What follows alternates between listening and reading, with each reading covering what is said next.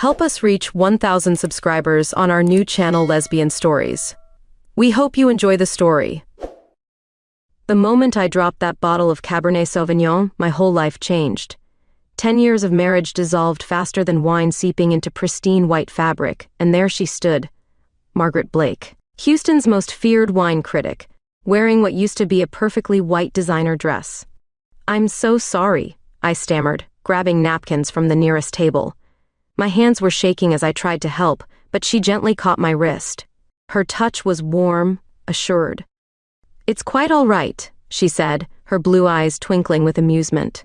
"Though I must say, this is a rather unconventional way to get a critic's attention, Miss Torres." I felt my cheeks flush. "You know who I am?" "Of course, Camila Torres, the rising star of Texas winemaking. Though I must admit, I preferred your 2019 Merlot over whatever this is currently seeping into my dress." She gestured at the growing stain with a wry smile. The wine tasting event at Houston's Grand Plaza continued around us, but I barely noticed. Something about her presence commanded all my attention. Maybe it was the way she carried herself, confident, elegant, unapologetically bold. Or perhaps it was how her blonde hair caught the chandelier light, creating a halo effect that made her look almost ethereal. "Let me make it up to you," I heard myself say. "I have a private collection at my distillery, some experimental blends I've been working on." "Trying to bribe a critic?" She raised an eyebrow. "That's rather bold." "No, I stopped, realizing she was teasing me. My phone buzzed. Another message from David, my soon-to-be ex-husband, probably about the divorce papers. I ignored it. "Margaret, call me Meg," she'd insisted, followed me to the ladies' room, where we did our best to salvage her dress. As I dabbed at the fabric, I couldn't help but notice her perfume notes of vanilla and jasmine, with an undertone of something I couldn't quite place. Our fingers brushed accidentally, and I felt that same strange flutter in my stomach that I'd been trying to ignore for months now. "You seem distracted," Meg observed, her voice softer now. "Everything okay?" I looked up, meeting her gaze in the mirror. "Just going through some changes," I admitted. "Ending my marriage, actually. Turns out making wine is the only relationship I'm good at." "I wouldn't be so sure about that," she replied, something in her tone making my heart skip a beat. "Sometimes we're just paired with the wrong vintage." As we walked back to the event, she handed me her business card. "About that private tasting, I'm free tomorrow evening." I watched her disappear into the crowd, her stained dress somehow making her look even more striking. My phone buzzed again. David, of course. But for the first time in months, I felt something other than anxiety when thinking about my future. Something that felt dangerously like hope. And maybe, just maybe, a hint of desire I wasn't ready to acknowledge yet. Hints of blackberry, with an unexpected touch of, "Is that cardamom?"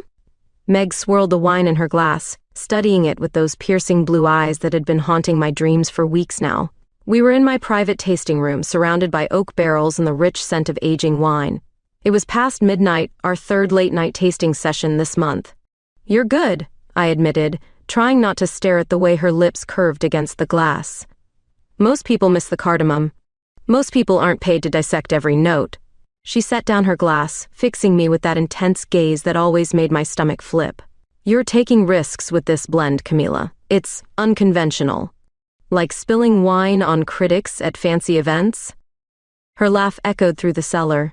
"That's becoming quite the running joke between us, isn't it?" Us. The word shouldn't have affected me the way it did.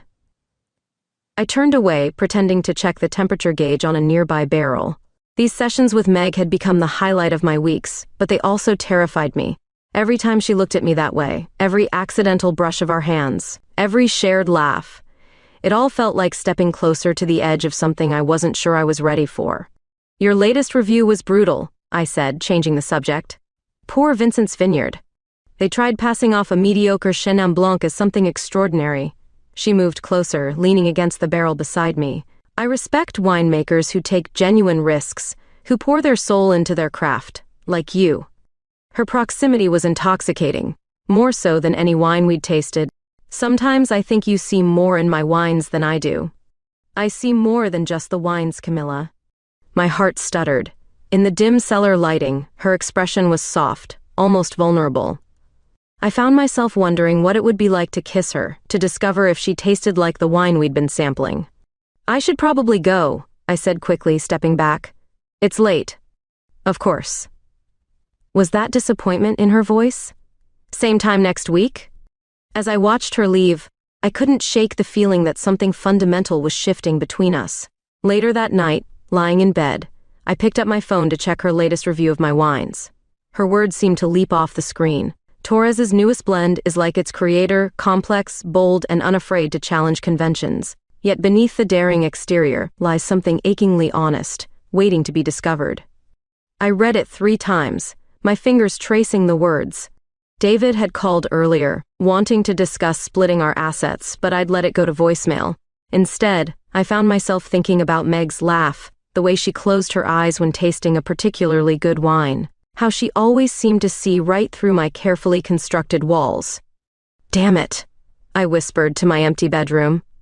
Because I was starting to realize that what I felt for Meg wasn't just admiration or friendship. It was something far more terrifying, something that threatened to upset every certainty I'd built my life around. And the scariest part? I wasn't sure I wanted to stop it. A drag queen competition? I nearly choked on my coffee. You want me to judge a drag queen competition? Meg's eyes danced with amusement across our usual corner table at the distillery. It's for charity. Plus, I thought you might find some inspiration for your new wine label designs. These queens know a thing or two about presentation. I should have said no. Instead, I found myself sitting beside Meg at the Starlight Lounge the following Saturday, watching as glitter-covered performers strutted across the stage. The energy was electric, infectious even. Between performances, Meg would lean close, her breath warm against my ear as she shared insider gossip about each contestant. That's Venus Delight, she whispered. She's been performing for 20 years. Watch her lips. She never misses a word. I was more focused on Meg's lips, if I'm being honest. The way they brushed against my ear, how they curved around each word. The rainbow lights painted her face in ever-changing colors, making her look magical, otherworldly. Then the storm hit. We ran from the club to her car, but the Houston downpour had already soaked us through. Lightning cracked across the sky, illuminating her face in brief, brilliant flashes.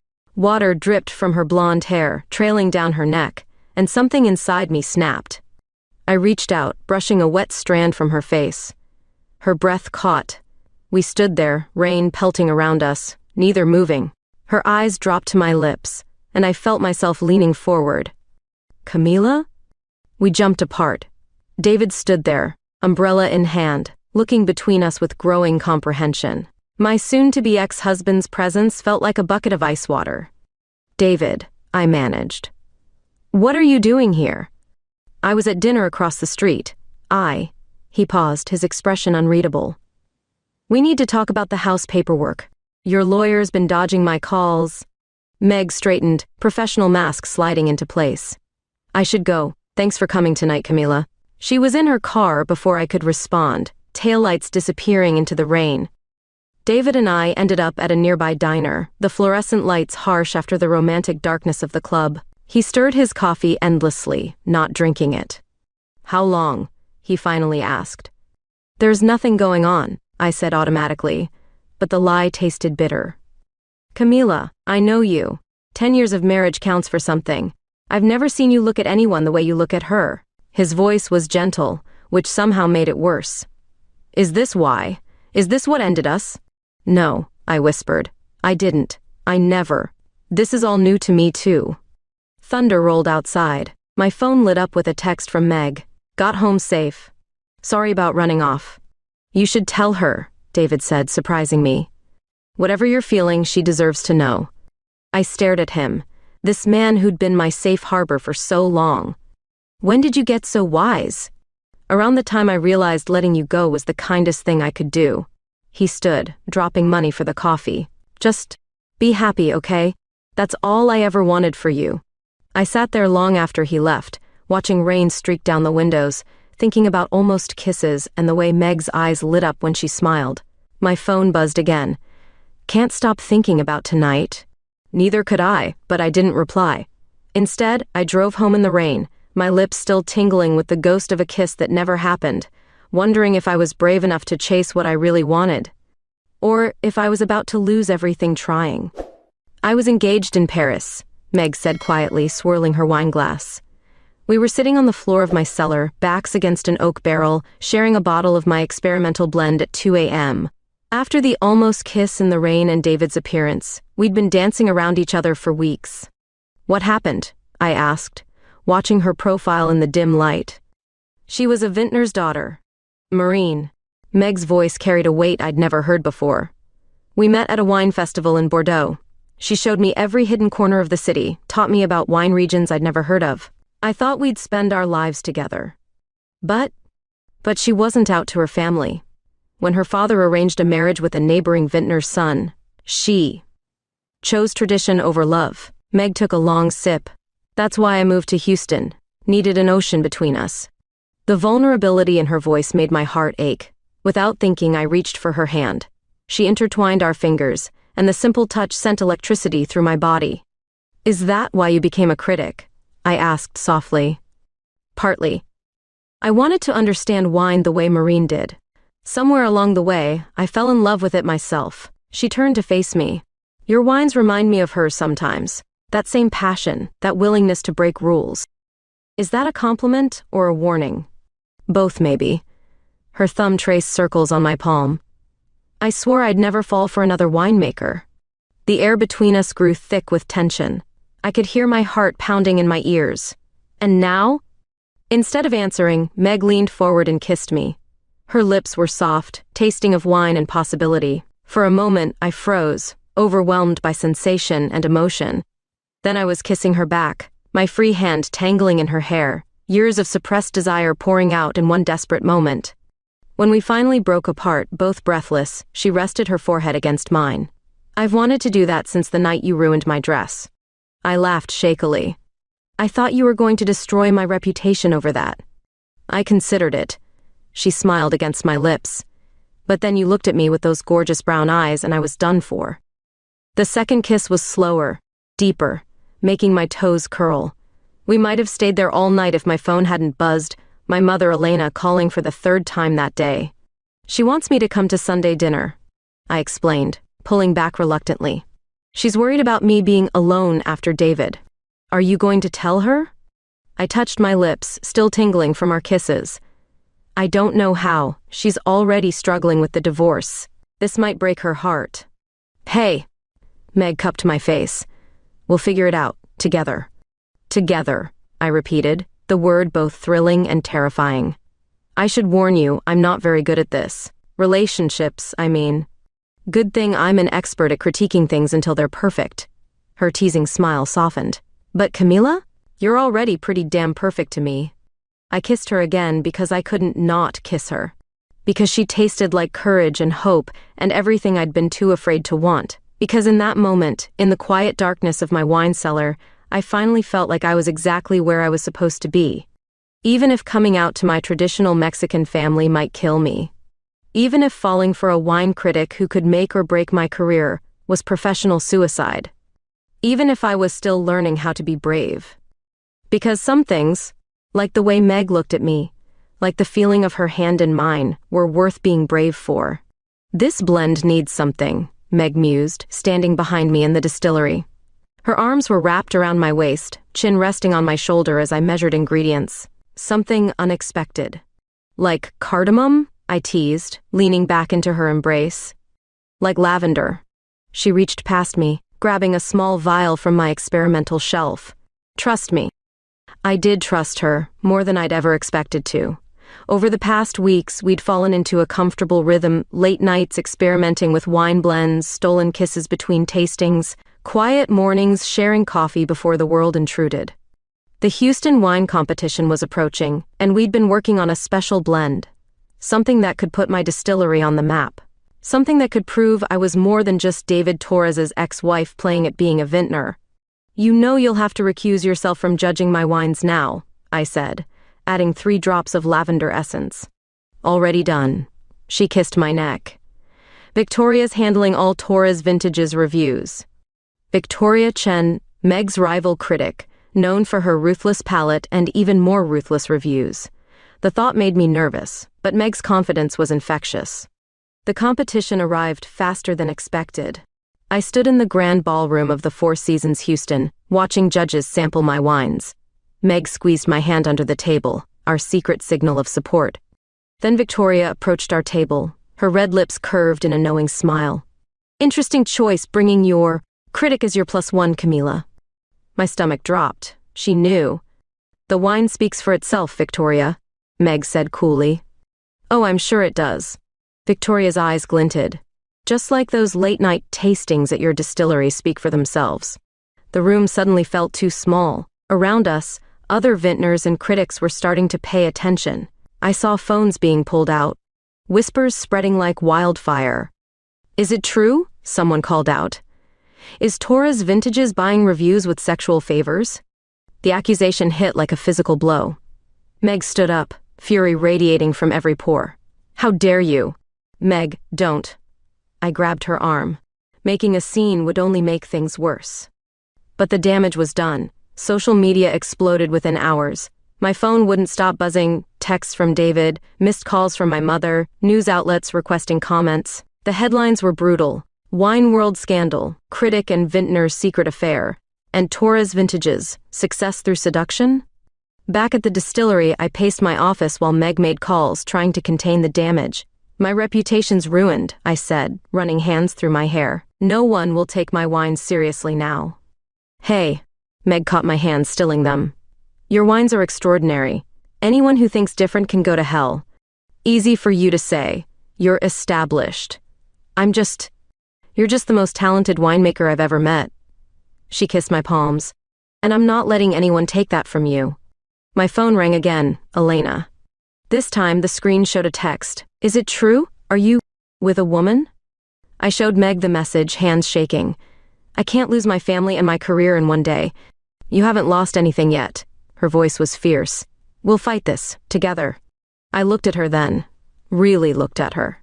Meg Blake, who'd walked away from love once before but was standing here now, ready to weather this storm with me. Who believed in my wines, in me, more than I believed in myself. Together, I agreed, pulling her close. We stood there, holding each other in my office, while outside the world buzzed with scandal and speculation. The lavender-infused wine we'd created sat unopened on my desk, a symbol of what we'd built together, what we stood to lose, and what we'd fight like hell to keep. Because some vintages are worth the risk, even when the whole world thinks you've made a terrible mistake. Even when love tastes like scandal and smells like lavender. Mija, what were you thinking? My mother's voice cracked with emotion. We sat in her kitchen where I'd spent countless hours learning to cook traditional Mexican dishes. Now the familiar space felt foreign, hostile. Living in sin with a woman, after everything with David? Mama, I'm still me. I reached for her hand, but she pulled away. I'm still your daughter. My daughter wouldn't bring shame to our family like this. She crossed herself, avoiding my eyes. First the divorce, now this, scandal. The intervention wasn't a surprise. Elena had gathered my aunts, my cousin Maria, even our parish priest. They sat around the kitchen table where I'd celebrated so many birthdays, their faces a mixture of concern and disappointment. We can fix this, Tia Rosa said, patting my knee. Father Martinez knows a good therapist. I don't need fixing. My voice came out stronger than I felt. Meg makes me happy. Happier than I've ever been. Happiness isn't everything, Elena snapped. What about respect, your business, your soul? My phone buzzed, a text from Meg. Got the offer from Napa Valley Wine Review. They want me to start next month. My heart stopped. We'd fought about this last night. A prestigious position in California far from the Houston scandal. A fresh start for her career. She'd said she wouldn't take it without me, but I'd seen the longing in her eyes when she talked about it. Camila, Father Martinez leaned forward. Sometimes the devil tempts us with what feels like happiness. I stood up suddenly, my chair scraping against the tile floor. The devil didn't make me fall in love with Meg. And God didn't make me gay to punish you, Mama. It's just who I am. Then who are you? Elena's eyes finally met mine, glistening with tears. Because I don't recognize my daughter anymore. I'm a winemaker who creates beautiful things. I'm a woman who's finally being honest with herself. And yes, I'm someone who loves another woman. My voice shook, but I kept going. If you can't accept that, then maybe you never really knew me at all. I walked out of that kitchen, ignoring the calls behind me. In my car, I finally let the tears fall. Another text from Meg lit up my phone. Whatever you decide, I'm here. But was she? Could I ask her to stay in Houston, where our relationship had become tabloid fodder? Where my wines were being pulled from restaurant lists because of controversy? Where my own family couldn't look me in the eye? I drove to our spot, the back patio of the distillery, overlooking the small vineyard I'd planted when I first bought the place. The sun was setting, painting the sky in shades of pink and gold. My phone rang again. Meg. I can't take the job, she said before I could speak. Not without you. You should take it. The words hurt coming out. Your career. Screw my career. I love you, Camila Torres. I'm not running away again, not like I did in Paris. I closed my eyes, remembering our first kiss in the wine cellar, the way she believed in my wines, in me, even when I didn't believe in myself. Come to the distillery? She arrived 20 minutes later, looking gorgeous even with red-rimmed eyes. Without a word, she pulled me into her arms. My family, I whispered against her shoulder. Will come around or won't, but you'll still have me. She pulled back to look at me. Unless, do you want me to take the job? Make this easier for you? I kissed her in answer, pouring everything I couldn't say into it. Because some choices aren't really choices at all. Because sometimes love means standing your ground, even when the ground feels like it's crumbling beneath your feet. Stay, I whispered against her lips. Stay and help me fight. She smiled, that brilliant smile that had first captured my heart. Always. Above us, the first stars appeared in the Texas sky, witnesses to a promise made between two women who'd found each other against all odds, who chose love over fear, truth over acceptance, who chose each other again and again. Your parents named their wine Torres Legacy for a reason, I told the gathered reporters, my voice steady despite my racing heart. It was meant to be passed down, cherished, improved upon with each generation. And that's exactly what I'm doing, making it better, making it mine. The press conference was Meg's idea. Control the narrative, she'd said. Show them who you really are. So here I stood, in front of my distillery, facing a sea of cameras and microphones. Meg sat in the front row, her presence giving me strength. Behind her, surprisingly, sat David. Yes, I'm gay. Yes, I'm in love with Margaret Blake. No, she has never compromised her professional integrity for me or anyone else. I took a deep breath. My wines speak for themselves. Try them, judge them. But judge them on their merit, not on who I love. As if on cue, servers appeared with glasses of my latest blend, the one Meg and I had created together, with that hint of lavender that changed everything. This is Truth Uncorked, I announced. Because sometimes the truth, like a fine wine, needs time to breathe. The response was immediate. Critics raised their glasses, sipped, and I watched their expressions change from skepticism to surprise to appreciation. Victoria Chen, in particular, looked stunned. This is extraordinary, she admitted reluctantly. The lavender. It shouldn't work, but it does. Like us, Meg whispered, just loud enough for me to hear. Later that evening, as we celebrated in the cellar where we first kissed, my phone rang. Elena's number flashed on the screen. My hand trembled as I answered. I saw you on TV, she said softly. You looked strong. Like your father. Mama. I don't understand everything, she continued, but I understand courage when I see it. And love. She paused. Bring her to Sunday dinner? Tears rolled down my cheeks as I agreed. When I told Meg she kissed me with such tenderness it made my heart ache. I have something else to celebrate, she said, pulling out an envelope. The International Wine Challenge results. My hands shook as I opened it. Truth Uncorked had won gold. Not just any gold, the highest score of the competition. They're calling it revolutionary, Meg said, her eyes shining. A perfect blend of tradition and innovation. Like us, I echoed her earlier words. She led me to the barrel where we first kissed, where everything changed. The cellar was lit with dozens of candles casting a warm glow over the space. I love you, she said simply. Every part of you. The winemaker, the daughter, the woman who spilled red wine on my favorite dress and changed my life. What happened next was private, intimate, a celebration of love and acceptance. of truth finally uncorked. One perfect moment in a string of moments that would become our story. Later, lying in my bed, Meg traced patterns on my skin. Your mother's really okay with this? She's trying. I turned to face her. It's more than I hoped for. And the business? Orders have tripled since the press conference. Turns out, people love a good love story with their wine. She laughed, pulling me closer. Who knew scandal could be so profitable? Speaking of profit, I sat up suddenly remembering. David called. He's signing over his share of the distillery to me. Says it was always more mine than his anyway. Smart man. He also said we should name our next blend Scandal. Meg's laugh echoed through the room. I love it, but first. She kissed me softly. Let's enjoy this vintage. Outside, Houston hummed with life. Inside, we had created our own world, where love tasted like lavender-infused wine and truth set us free. Some people spend their whole lives looking for the perfect pairing. I found mine by spilling wine on a white dress. And I wouldn't change a drop of it. Welcome to Spilled Wine, I announced, cutting the ribbon to our new wine bar in downtown Houston. The crowd cheered as Meg popped a bottle of our signature Truth Uncorked.